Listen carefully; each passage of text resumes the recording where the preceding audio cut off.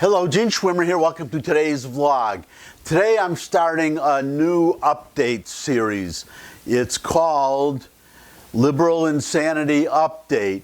I have two today. One of them is lighthearted but weird, and the other one is unfortunately very serious, especially for me because it's about New York. I lived in New York, as I've said multiple times, lived there for 40 years. It was such an interesting, vibrant city when I first arrived there in 1977. I just see what's happening to New York and it just makes me sad, especially since I moved to New York from my hometown of Detroit, where I also got to see another liberal governed city in decline. So that's two in a row. We'll see what happens out here in Tennessee. I hope I'm safe here. Anyways, on to the first story. This is, well, as usual, let me give you the headline. Prada and the new fashion police. Prada is high-end fashion. Well, I'm sure all the women know what Prada is, but some guys might not know. Even guys like me, I know what it is, but as you can see, I don't really buy that much high-end fashion. So here's the story, though. As I said, Prada and the new fashion police. Move over, Anna Wintour. Oh, and Anna Wintour, she is the editor of Vogue. Well, again, all the women know who Anna Wintour is. I'm sure a lot of the men do too. She's a very influential fashion icon. Okay, on to the quotes. Move over, Anna Wintour. New York City regulations now have the final say over what constitutes a fashion faux pas. This week, the city's Commission on Human Rights announced a sweeping settlement with Prada over some of its designs, and the terms threaten artistic expression across the industry. The brouhaha began in December 2018 when Chinyere Eze, I hope I'm pronouncing that right, I've never seen a name like that before, a lawyer at a social justice nonprofit, of course, discovered Prada's Prada collection. Prada described its bag charms, figurines, and other trinkets as, quote, a new family of mysterious tiny creatures that are one part biological, one part technological, all parts Prada, unquote.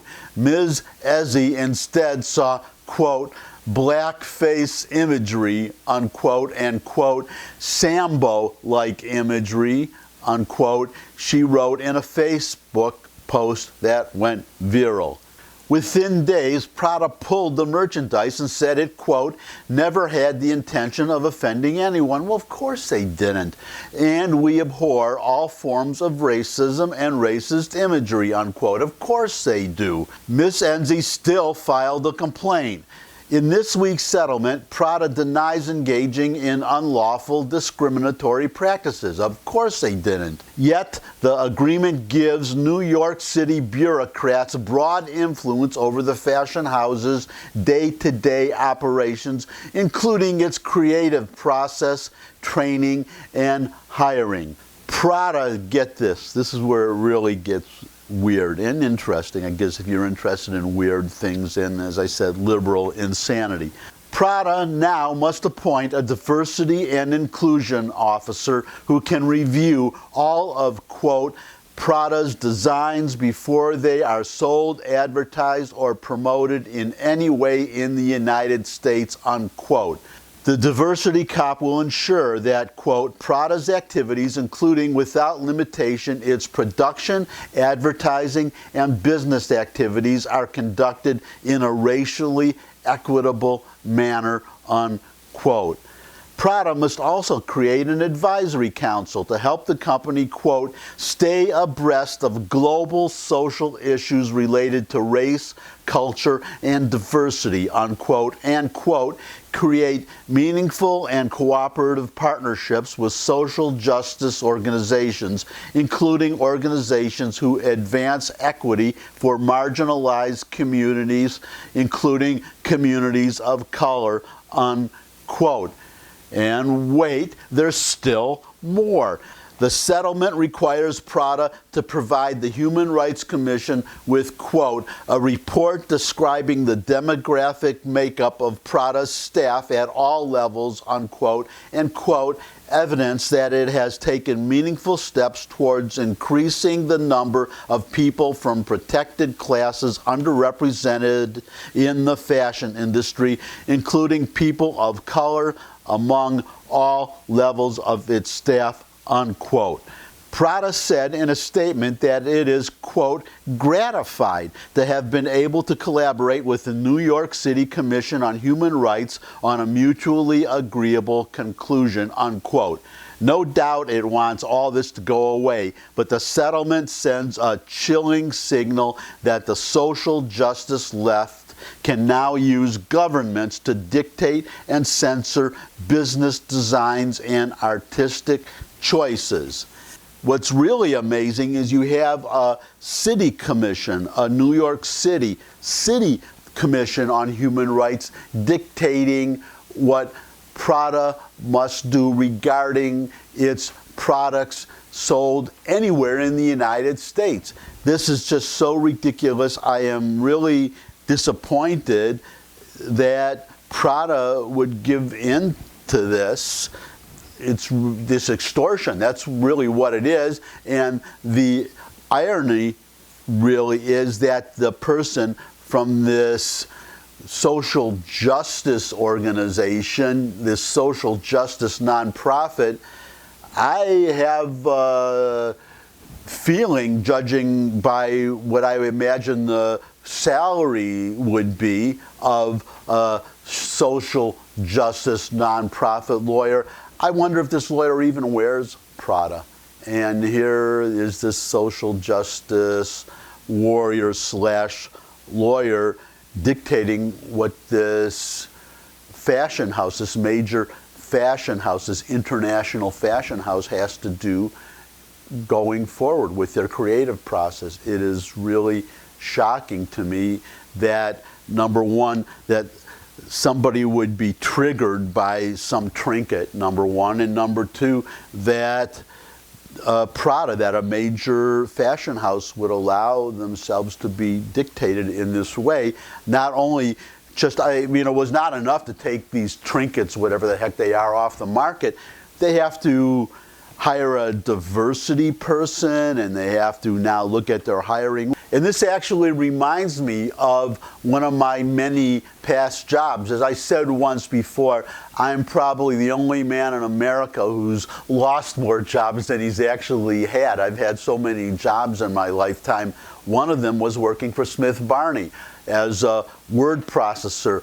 I used to work on what are called, among many documents that I work on, all this financial stuff, but one of the documents I would work on is what's called an RFP, a request for proposal, where a governmental entity would want to float a bond offering, and then the various investment houses would compete to get the contract, to get the assignment to underwrite these bond offerings. And this really bothers me. It gets to what I was just telling you about Prada. In these proposals, at least the ones with New York City, there was a section, a diversity section. They had to list the percentage, the number of women they had working at Smith Barney, the number of black people, Hispanics, I forget all the divisions, but they had to submit written evidence of how diverse their staff was. So what this would do, obviously, it would incentivize these companies to go out and hire a bunch of minorities and women, whether they were qualified or not, just to fill this quota. And I would, now, to be perfectly fair, because I would type up their work, I would work on their documents. A lot of these minorities were highly qualified, no problem there. They were highly qualified, they deserved to be there, but there were some, you could tell by their work, they had no business being there, and they were just there to fill a quota. That really bothers me. And now with this Prada, that bothers me too. Now on to the second item of liberal insanity, and this is New York City again, and this one, as I said, really makes me sad because I'm going to play you a video. It's from a Sunday talk show on the Fox Business Channel, Sunday Morning Futures with Maria Bartiromo. It's Rudy Giuliani. He was being interviewed, and near the end of the interview, he talked about the rising crime in New York. New York crime has been rising, and it's especially important that this is Rudy Giuliani being interviewed because, as I've said, I lived in New York. I was there before Giuliani was elected. I was there while he was mayor, his entire term, and afterwards, and all the way through part of de Blasio's term, which chased me out of New York because he is such a terrible mayor, as Giuliani is going to discuss in this video. But I have to explain something called broken windows, which you may have heard of, the broken windows theory. When I first came to New York, you had this big crime problem, which Rudy turned around. He really turned that city around, and the way he did it was by adopting something called the broken windows theory. The theory is very simple. Well, first you have to know that before Giuliani, you had this crime in New York, and you had a mindset of, well, you had crazy people, you had homeless people. There was a guy named, I forget the nickname that they gave him. His name was Larry. He was this crazy person who was very violent on the Upper West Side. He would go just harassing, attacking people, and damaging cars and property. And the mayor at that time, David Dinkins, just left them on the street. They would, oh, and you had the graffiti, which is coming back now, the graffiti on the subway cars. It was really unpleasant in a lot of ways to live there, but the mindset was, don't worry about that, concentrate on the major crimes. Why are you harassing a homeless person? Why are you harassing somebody who is crazy and attacking people? Why are you spending time arresting, say, fare beaters, which is another subject I'll get to in a future video sometime? But why are you bothering with them? Why aren't you going after the real criminals, the serious criminals? The broken window theory is very simple. Suppose you have a nice, pleasant, normal area, and somebody throws a rock through a window, breaks a window. You don't fix the window. You figure, well, it's a minor thing. It's just a broken window. You don't do anything to the person who broke the window. But then another person comes along and breaks another window.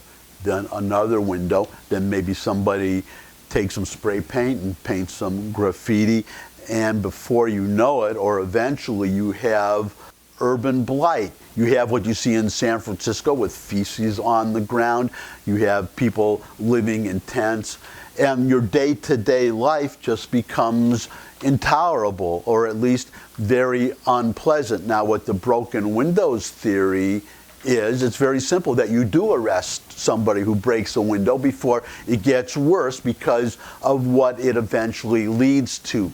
But there is also a more important reason, besides making day-to-day life more pleasant. There is another important reason to enforce a broken windows theory, because a lot of these people who commit minor crimes will also commit major crimes. That's what Rudy, well, just watch the video, and I'll come back for a final goodbye. I would like to point out one case, which was, we stopped a serial murder because we changed the law.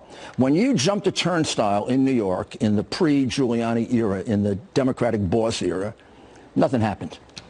You got a desk appearance ticket.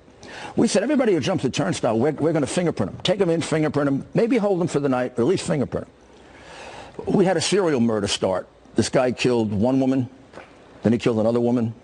All signs of a serial murder. Then he attempted it on the east side of Manhattan, near New York Hospital. The woman fought him off, and he left a fingerprint.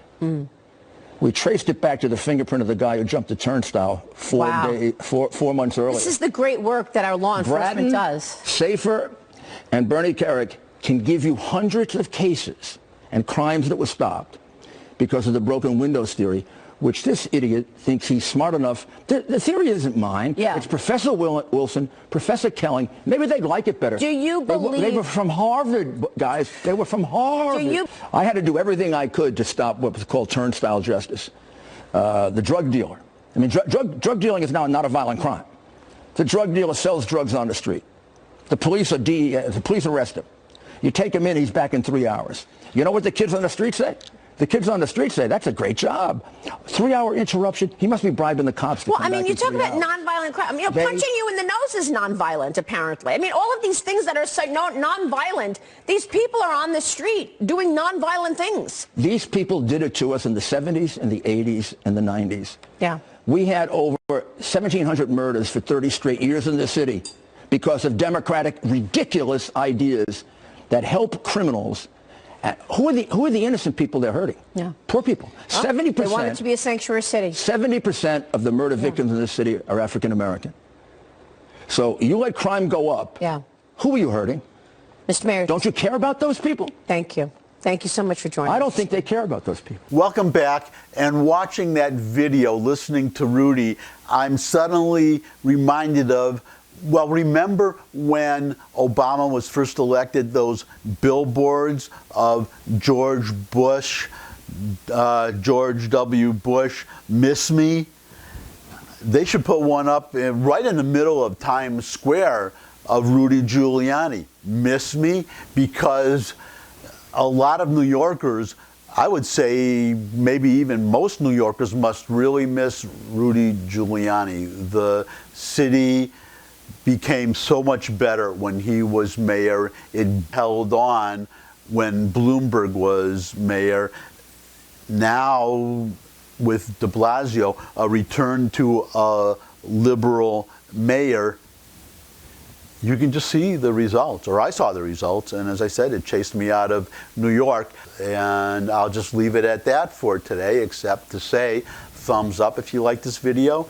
Share it with anybody you think would also like the video. You can put any comments you might have in the comment section below the video, as well as any questions you might have, suggestions for future topics. You can also subscribe. I love getting subscribers, so subscribe, subscribe, subscribe, and finally come back and see me again. I look forward to seeing all of you again. And until I do see all of you again, bye.